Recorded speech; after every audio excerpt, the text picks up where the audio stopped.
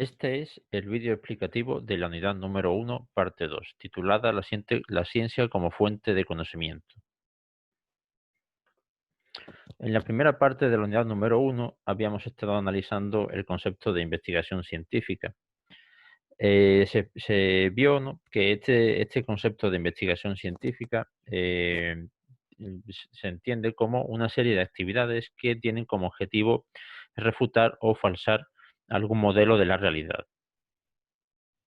Esto implica que el objetivo principal de la investigación científica es descubrir cómo realmente funciona algún aspecto de la realidad.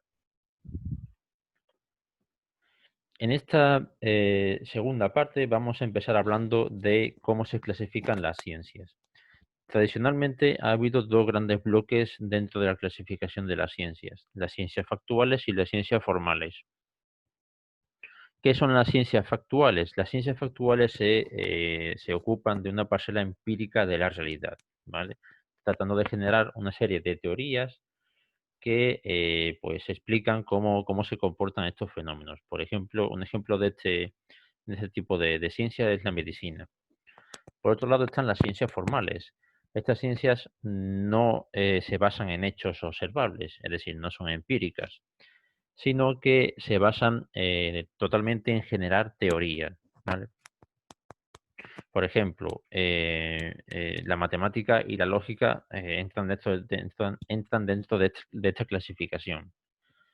Estas ciencias formales no requieren ningún tipo de validación empírica, sino que solo siguen un razonamiento lógico.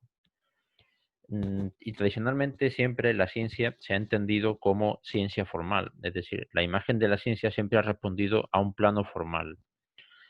De tal forma que de estas ciencias formales, la matemática y la lógica, incluso la física también, que no tienen apenas contaminación empírica, son consideradas la auténtica ciencia. ¿La psicología ha intentado ser una ciencia formal? Sí. En su nacimiento, con William Wundt, digamos que la psicología pretendía únicamente estudiar los elementos de la vida mental sin ninguna contaminación empírica. Es decir, el paciente, lo único que cuando acudía a un psicólogo, lo único que quería hacer es informar al psicólogo únicamente de sus sensaciones y de sus sentimientos puros, ¿vale? Sin ningún tipo de contaminación empírica. Pero esto tiene un problema, y es que, ¿qué validación lógica tiene eso? Es decir, en las matemáticas, los resultados de las matemáticas siempre son los mismos, pero las sensaciones y los sentimientos no son los mismos entre las personas.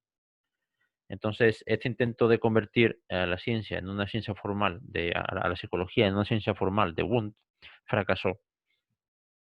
Y había que encontrar un nuevo estatus científico para la psicología. Este nuevo estatus vino de la mano de Skinner con su programa conductista, el cual cambió el ritmo, dio un giro de 180 grados y afirmó que el objetivo principal de la psicología era la conducta observable.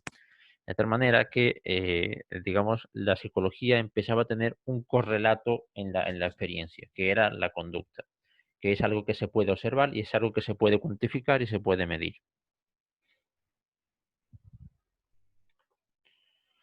Independientemente de si sean empíricas o formales, toda ciencia tiene un método, un procedimiento y una técnica. ¿Qué es el método? Esta palabra en griego antiguo significa camino, ¿vale? Significa, digamos, un procedimiento que nos lleva a un fin establecido. El procedimiento también es algo que está dentro del método, pero no es algo tan general, sino es algo, digamos, algo un poco más concreto. Y la técnica es algo todavía mucho más concreto que el procedimiento y que el propio método. Digamos, la técnica señala con mucha mayor precisión qué es lo que hay que hacer, ¿vale? Dentro de un determinado momento de la investigación, la técnica nos dice qué tenemos que hacer en ese momento para lograr este fin.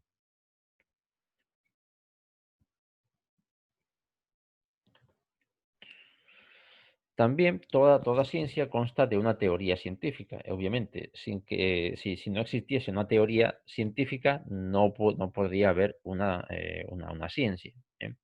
¿Qué implica que haya una teoría científica? Bueno, en primer lugar, em, todo procedimiento científico, como estamos comentando, debe orientarse a lograr la articulación de una teoría. ¿Bien? Que explique con total certeza los comportamientos del fenómeno que se están tratando de investigar. Entonces, ¿qué es una teoría científica? Hay multitud de definiciones de lo que implica una teoría científica, ¿bien? Pero normalmente, es decir, en general se puede definir una teoría científica como un conjunto de proposiciones lógicamente argumentadas que tienen como objetivo la explicación y la predicción de un comportamiento de un fenómeno. Hay que preguntarnos una cosa aquí, y es que hay teorías que no son científicas, es decir, hay modos no científicos de argumentar teorías, sí. ¿Cuáles son estos modos? En primer lugar, tenemos los sofismas o falacias, ¿vale? Una falacia es un argumento que no está construido lógicamente, ¿vale? De tal manera que cuando se oiga la palabra es un argumento falaz, quiere decir que es un argumento inválido, es decir, que las partes de este argumento no se derivan unas de otras, ¿vale? Como si lo hace un argumento lógico, ¿vale? En un argumento lógico, cada una de las partes del argumento se derivan unas de otras, ¿vale? En un argumento falaz no ocurre esto. Aquí os pongo un vínculo, ¿vale? Que os va a llevar a una página web en la cual se puede consultar todos los tipos de falacias que existen, ¿bien? Entonces, simplemente pinchando en esa, donde pone página web, ahí os lleva directamente a una página donde se pueden consultar todos los tipos de falacias. Y se puede observar, hay bastantes. ¿Hay otra manera de proceder en la ciencia que no sea científico? Sí, con las pseudociencias. Y aquí también os pongo un vídeo a YouTube, ¿vale? Un enlace con un vídeo a YouTube en el que también tenéis que consultarlo. Ahí veréis un vídeo en el que os van a explicar qué significa esto de la pseudociencia, que nos van a servir para la próxima semana.